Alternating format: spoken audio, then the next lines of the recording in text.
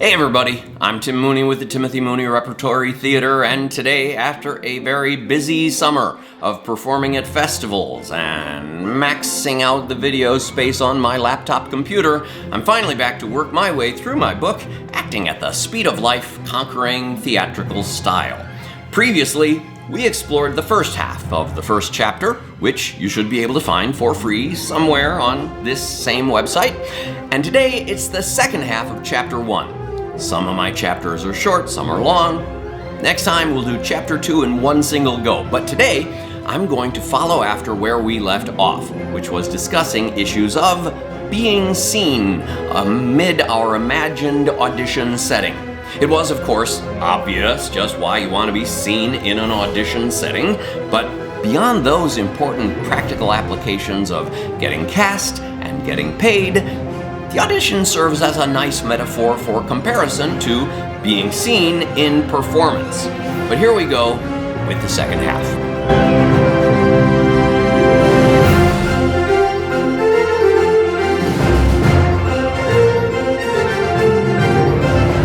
Just as we started our audition last time, wrongly setting up a chair and staring at our invisible acting partner, in performance, we tend to lock in with our actual acting partner, as if he or she is the only other object in our universe, and play at the game of eye contact. We think this will make us more believable. Here's the thing.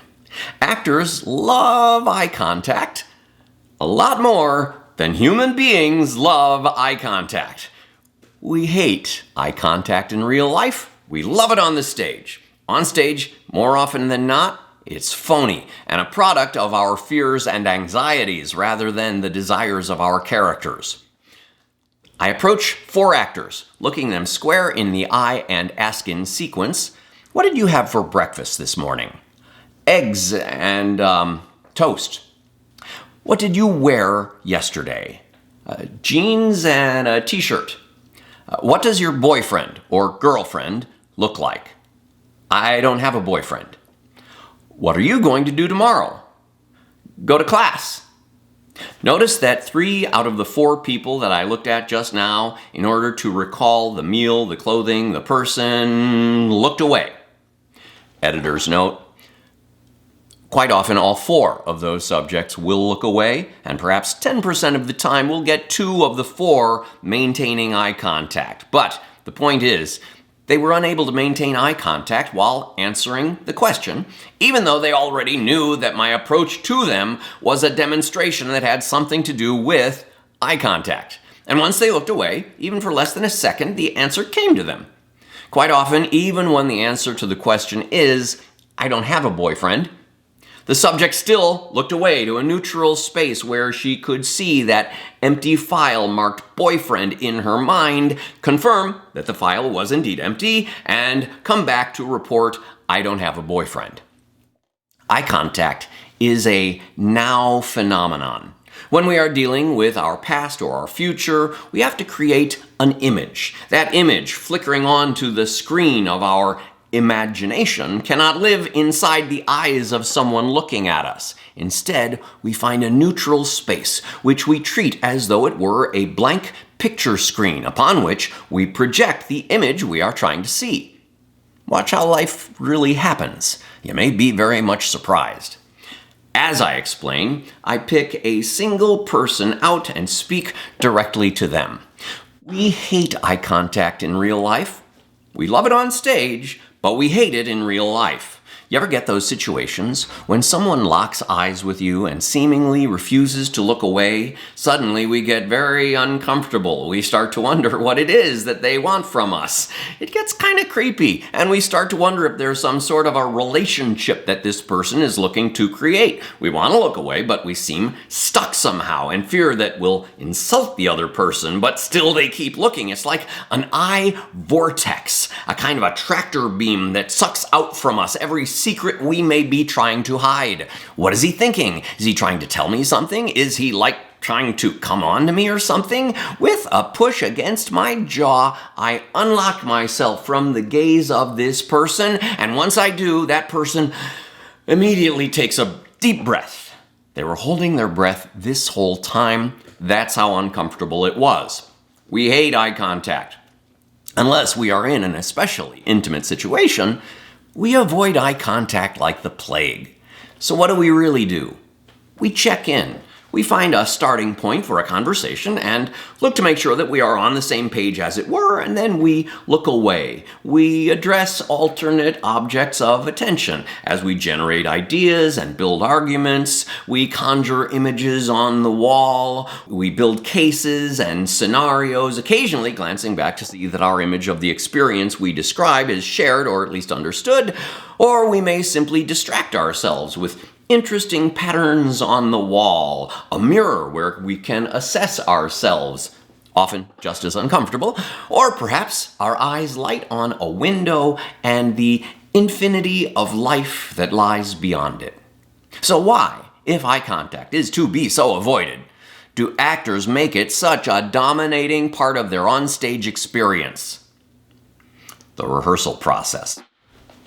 Cast as Hamlet, I work side by side with Horatio for 6 weeks or so. We read through the script together. We are blocked into the scene together. We uncover details of plot, psychology, character traits together. We develop the through line of the action together, knowing and sharing the rise and the fall of each moment as we give shape to what we understand is the emotional roller coaster of this play.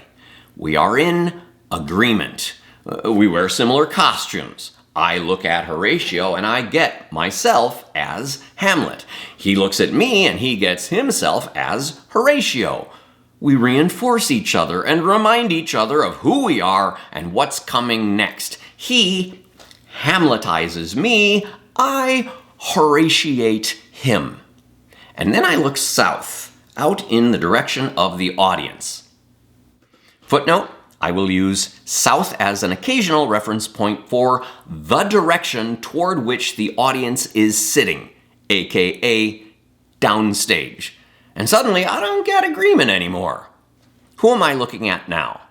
The audience. I get that, but who specifically? Who are some of the individuals out there? Friends. Good. And if there are friends, there must also be enemies. Good. Who else? Teachers. Family, strangers, critics. Yes, people with notebooks and pens who are studiously occupied in writing down certain notes about my being. People who love me, people who hate me. How about this one? The actor who was also up for the role I got.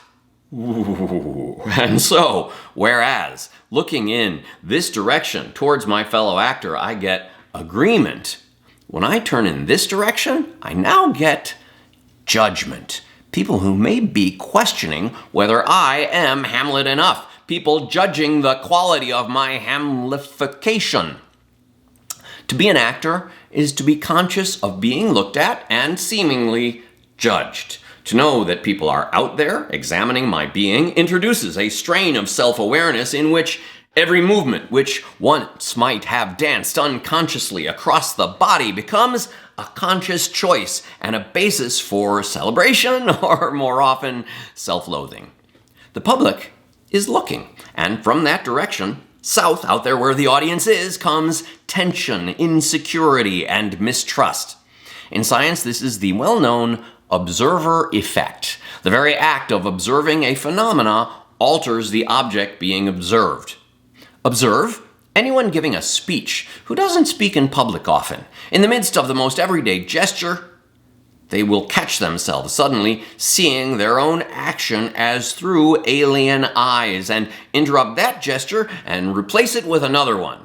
A gesture which might previously have employed a single hand is now clumsily executed by two hands in perfect bilateral symmetry. Bilateral symmetry exists almost exclusively in conscious gestures. If your left hand is mimicking your right hand exactly, you're probably thinking too much.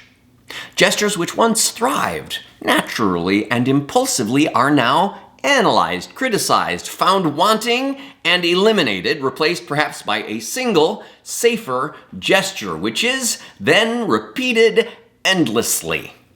Because when we look to the south, we see those many eyes looking back at us. They reinforce our insecurity. Perhaps they frown or look away or even sleep. We are launched hurtling out of the very situation in which we wish to be immersed. In the attempt to create a separate reality, we face eyes that are not part of this reality. Judging, probing, questioning, reacting. I am attempting to create Hamlet the character, but I see eyes watching Tim the actor, and I strain to manipulate Tim the actor to seem less distinguishable or to disappear inside Hamlet the character. 5 feet away from me to the east stands a friend in the same situation, another pair of eyes on the same ride that I am taking. When I look at those eyes, I see Horatio, or maybe Ophelia, looking back at me. These eyes will not take me out of my fictional, invented being. They will not laugh at my paltry attempt to be someone new. They will not judge the fiction of my being, because it is my being which also, in turn, enables their eyes to sink deeper into their own fiction. And thus, we hang on to each other in our mutual death grip, as two spent swimmers that do cling together and choke their art. Macbeth, Act 1, Scene 2. In his discussion of concentration, Stanislavski described circles of attention. We focus our attention on those limited areas in which we can generate a belief, however slight or idiosyncratic. Sometimes even the distance from you to your partner's eyes is too great, and we contract the circle further, finding, for instance, a dust mote on a piece of clothing that needs removal. As we zero in on that dust mote, or pull at that loose thread, or rearrange that vase of flowers, our world is wholly absorbed by our attention to that single point, and there we recapture belief in ourselves, enabling us to gradually widen the circle once more. This is a terrific technique, at least on those occasions when we have the time to establish the being of our character in such an insular fashion. But here, once again, we find the character abandoning the audience, escaping, and failing the first responsibility of the actor, which is being seen. None of this is to say that the occasional communion with dust or thread or flowers is not appropriate or even helpful. It may well enable the audience's focus to leave oneself and work its way toward the character who happens to be speaking, as part of an understood ebb and flow to the work of art that is being created. And that's the second half of our first chapter, Getting Yourself Seen. I promise I'll be back very soon with Chapter 2 as we launch into questions of real life. I realize that's an enormous topic, but it holds a particular application to issues around performing realism versus stylized or classical theater. If you enjoyed this episode, please hit like or subscribe or tell a friend, maybe your scene partner. Once again, I'm Tim Mooney with the Timothy Mooney Repertory Theater, and I'm almost constantly on the road with my one-man plays, such as Breakneck Hamlet, or Breakneck Comedy of Errors, or my newest one, Breakneck Romeo and Juliet, which is now available at breakneckshakespeare.com. These plays are all available for booking across the United States. Drop me a note if you'd like an event at your school or organization, or you can find full-length videos of my one-man shows available for rental or purchase at breakneckshakespeare.com. Thanks for joining me. See you on the stage.